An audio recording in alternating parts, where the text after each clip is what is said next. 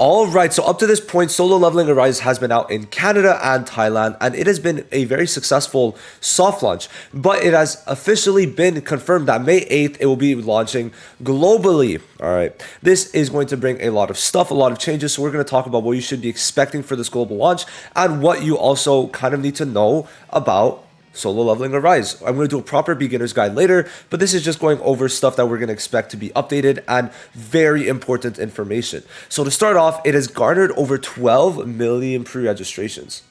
It's kind of insane to think how many pre-registrations this is. 12 million is huge. So we could expect that the global launch will receive massive amounts of success. Now, unfortunately, the rewards are not anything too crazy in terms of there is no pulls at the moment, but they could for sure throw some bonus pulls on us at launch, which I am foreseeing. But as of right now, we know there's a legendary level artifact set. We're going to get a skin. Now, Jinho's got your back, I'm going to guess, is getting Jinho probably. They don't really mention it. Like if we check here, they don't mention it. They just say we're going to get the legendary gear, the skin, and then that's it, right? They don't mention what exactly this Jinho thing is, but then 100k gold and 2 mono power crystals for each attribute is very good. This is going to help you level up much quicker for some, especially if you're free to play. It's going to be pretty nice. So definitely good. Now, I'm really confused about this Jinho thing, but I'm expecting more rewards because 12 million is insane. Right, absolutely insane.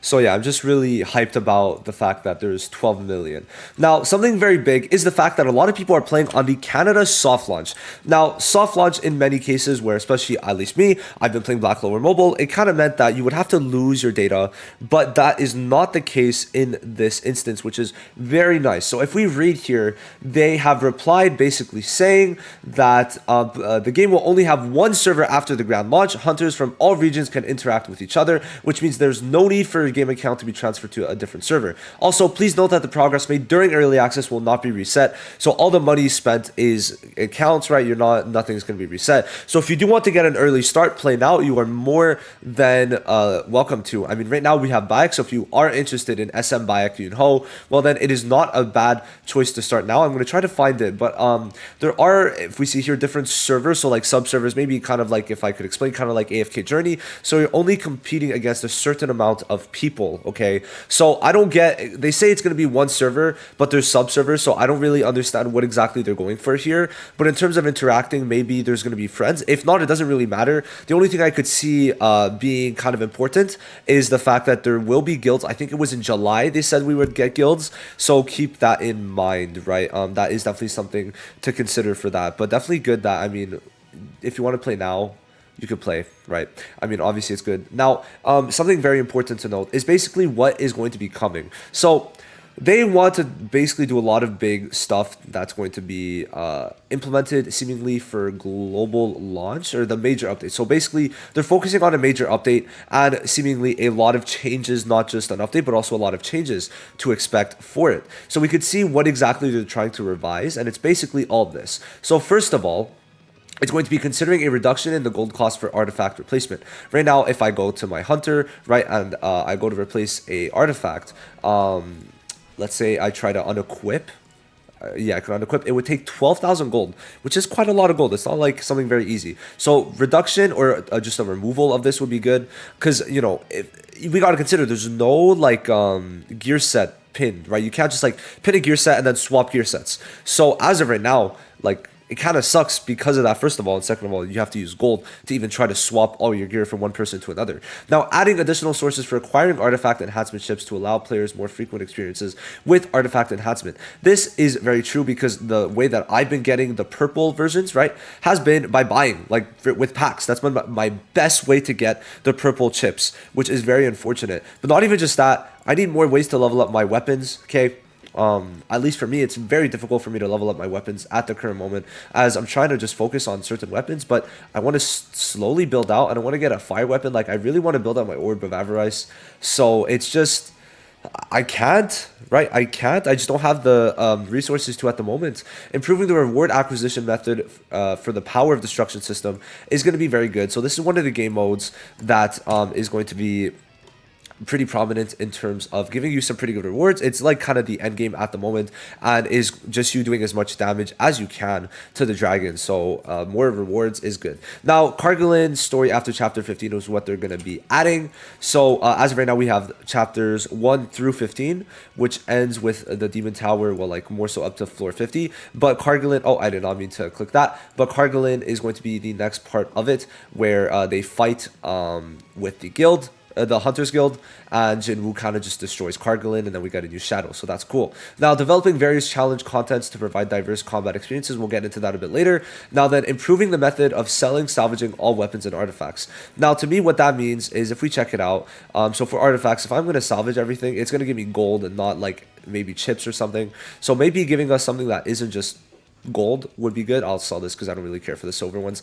So, you know, just consider that, right, for sure. And then adding new stories to Hunt Archive, which is a bit of extra crystal. So overall, this is decent, but I'm expecting a lot more. But we still have like a good like 20 days till then. So I'm just going to expect more. Now, besides that, we know what else is going to be coming. So of course, it's going to be chapters 16 to 18, which means 16. So it's going to be 3 chapters, which means at least a total of 12 standard bannered pulls.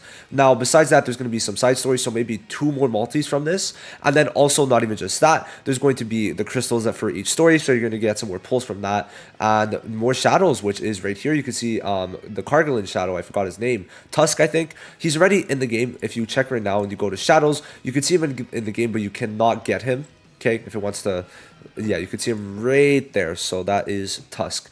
And then there's going to be a wave mode where you have to defeat 10 wave of monsters. Okay, so this is going to be probably a new game mode, I guess, which we could see right afterwards. And then there's gonna be new story chapters for Justicia Guild and Alicia, which I think she's probably from this guild. Pretty sure it was from, if I remember correctly, I was reading this, it's a Germany guild and she's coming from Germany for a cooperative mission, I'm pretty sure. Now there's gonna be the new Hunters, Cha and Alicia, and the new Sung Jinwoo weapon, which actually, the way they do the weapons is really interesting. I did not mean to click on weapons, where you cannot pull them on the rate-up banners, you can pull them on the standard banners. And the good part about it in this case is that you're actually able to rate up 4 out of all of them.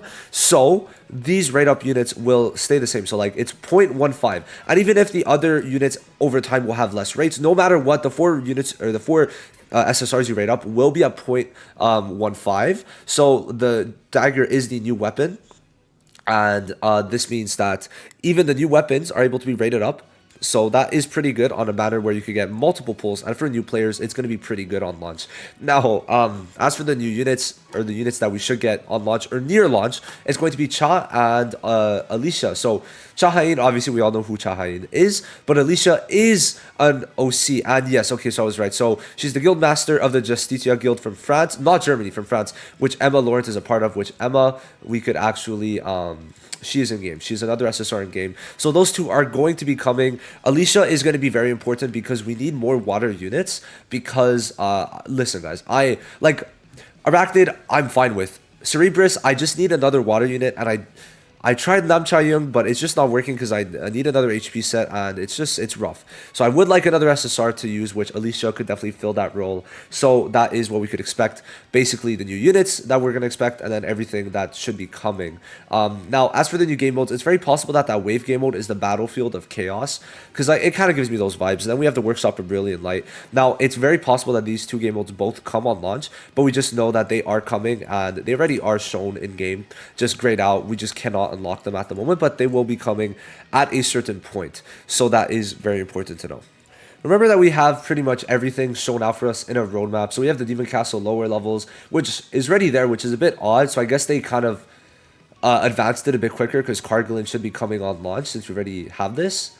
So obviously there's original story, new Hunters weapons, Battlefield of Time Season 1, the Monster Wave content, and then a broadcast, I guess. Now, if we go here, later on, you could get everything you want from this roadmap, which I've already covered in a previous video, which I could link down below. But yeah, no, so guilds are going to be in July, so a lot of good stuff to expect. But they already have a roadmap up until the end of the year, being in December. So, you know, we're going to get to Jeju by the end of this year, which very hype. So let me know if you guys are excited. Are you guys already playing, or will you wait for the global launch? I will start to make a lot of solo leveling content now, and I hope you guys enjoy. See you guys in the next one. Peace.